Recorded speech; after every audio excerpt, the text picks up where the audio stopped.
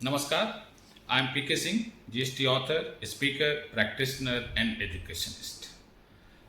अब आपको जो है बहुत सारे इंटीमेशंस जीएसटी के अंदर मिलेंगे। उसके बाद सो कॉज नोटिसेस की रफ्तार और बढ़ जाएगी और उसका मेन रीज़न है न्यू रूल 88D।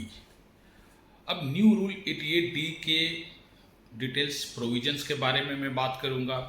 उसके सर्टेन रिलेवेंट फॉर्म्स है और जो कंसिक्वेंशियल अमेंडमेंट्स है जो रूल 59 सब रूल 6 में, उसके बारे में भी मैं बात करूंगा। और अगर आप अगर इंटीमेशन आपको मिलता है और आप टाइम से रिप्लाई नहीं देते हैं, रिस्पॉन्ड नहीं करते हैं, तो उसके कंसिक्वेंसेस क्या हो सकते हैं और हमें क्या क्या करना चाहिए, इन डिटेल्स पॉइंट्स को मैं ट्राई करूंगा कवर करने के लिए। अब इसमें वीडियो लंबा होता है कि क्या होता है एजुकेशनल वीडियो में, मैं वो टाइम फ्रेम नहीं डाल सकता। साथ में मैं बहुत ज़्यादा एडिटिंग भी नहीं कर सकता क्योंकि उतना टाइम नहीं है मेरे पास। मैं कोशिश करूंगा कि सारे टॉपिक्स को कवर कर लिया जाए कि जो अगर आप एक बार वीडियो इसको कंप्लीट आप देखते हैं तो आपको इस पॉइंट्स में कहीं कुछ नया ना मिले और आप इजी तरीके से, अगर आप प्रैक्टिशनर हैं तो आपके लिए एक रूल 88D और इवन द रूल 59 सब रूल 6 में क्या अमेंडमेंट है, कंसिक्वेंशियल अमेंडमेंट जो रिलेटेड टू रूल 88D है, वो सारे चीज़ आपको समझ में आएगा। So let us start that. अब आपको जो है इंटीमेशन, जैसे मैंने बताया कि बहुत सारा जीएसटी डिपार्टमेंट से रिसीव होगा अगर आप GSTR 3B में ITC ज़्यादा क्लेम करते हैं। किससे? जो ऑटो पॉपुलेटेड GSTR 2B है।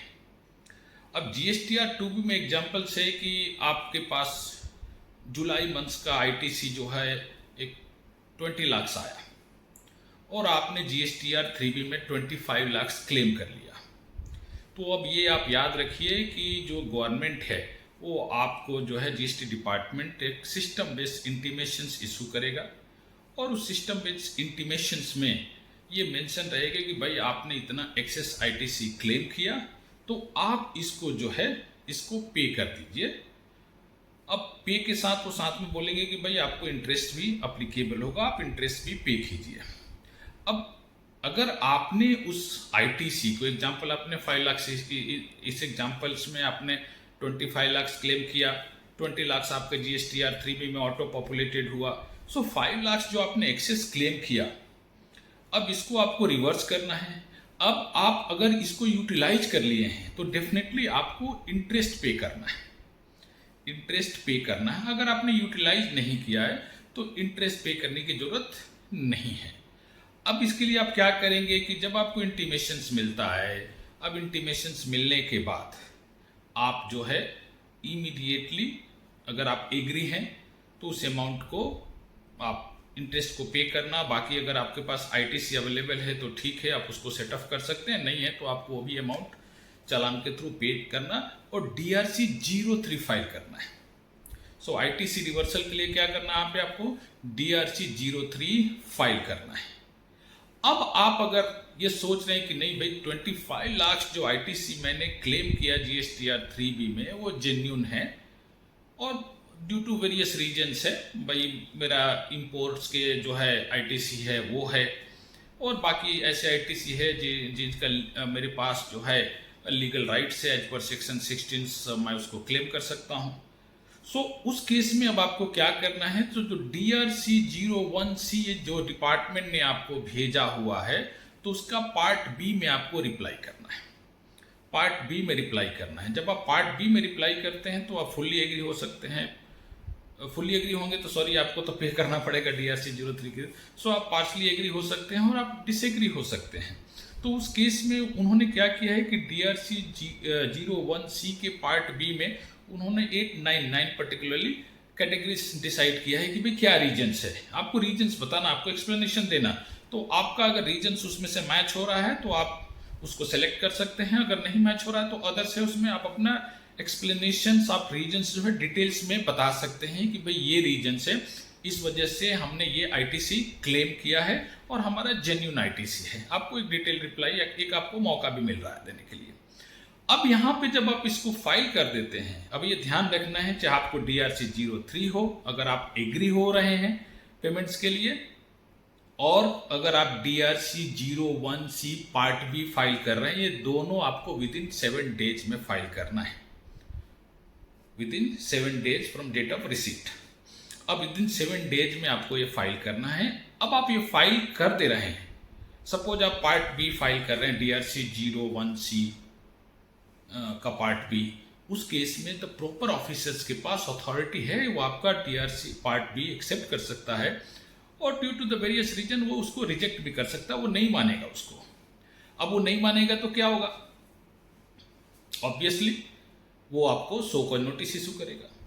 अगर आप पार्टली एग्री हैं तो डेफिनेटली तभी आपको सो कॉज नोटिस इशू करेगा। अब सो कॉज नोटिस इशू करेगा तो आपको पता है कि the proper officers can invoke section 73 और 74 आपको पता होगा फ्रॉड केसेस में इशू होता है, नॉन फ्रॉड केस में सेक्शन 73 इन्वोक करके वो आपको सो कॉज नोटिस इशू करेगा और यहाँ से गेम स्टार्ट हो जाता है। यहाँ आपको पता है क्या करना है, आपको डेफिनेटली उसका रिप्लाई करना है, वो एग्री होता डिसएग्री होता, ये मैटर कंटिन्यू रहेगा।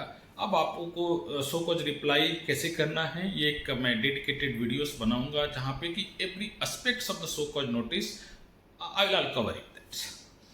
अब इसके बैकग्राउंड्स में चलते हैं कि भाई ये जो है ये 88D की कहानी कहाँ से शुरू हुई। तो आपको याद होगा जो 50th GST काउंसिल मीटिंग था, तो उस 50th GST काउंसिल मीटिंग में जो काउंसिल मेंबर्स ने वहाँ पे डिसाइड किया कि भाई एक सिस्टम बेस्ड इंटीमेशन होना चाहिए कि अगर कहीं मिसमैच है, डिफरेंसेज है GSTR 3B एंड 2B के ITC में और एक्सेस ITC अगर जो है सप्लायर्स रेसिपिएंट सप्लायर क्लेम कर रहा है तो उस केस में उसको सिस्टम बेस्ड इंटीमेशन जाना चाहिए, जिसको सिस्टम बेस्ड इंटीमेशंस को वो रिप्लाई करेगा सिस्टम के थ्रू में। और अगर जब इंटीमेशन जा रहा है तो उसका एक कॉपी सिस्टम में तो अपलोड होगा जो आपका लॉगिन वहाँ पे रहेगा, और दूसरा जो है एक ईमेल जो टैक्स पेयर्स को सप्लायर्स को भेजा जाएगा। अब आपको उस बेस पे रिप्लाई करना है। तो उन्होंने ये जो लीकेज हो रहा था कि भाई ITC एक्सेस क्लेम हो रहा था तो इसको सिस्टम बेस्ड कर दिया। बहुत सारे फ्रॉड्स भी हो रहे हैं, ऐसा नहीं कि नहीं हो रहे हैं, और लोग उसका मिसयूज भी कर रहे हैं, बट डेफिनेटली जो जेन्युइन टैक्स पेयर है वो थोड़ा सफर कर रहा है और इस सिनारियो में और करेगा। तो अब इस पॉइंट्स पे आते हैं कि भाई मैं एग्री नहीं हूं, ओके एग्री नहीं तो क्या करूं, तो पार्ट बी मैंने फाइल कर दिया।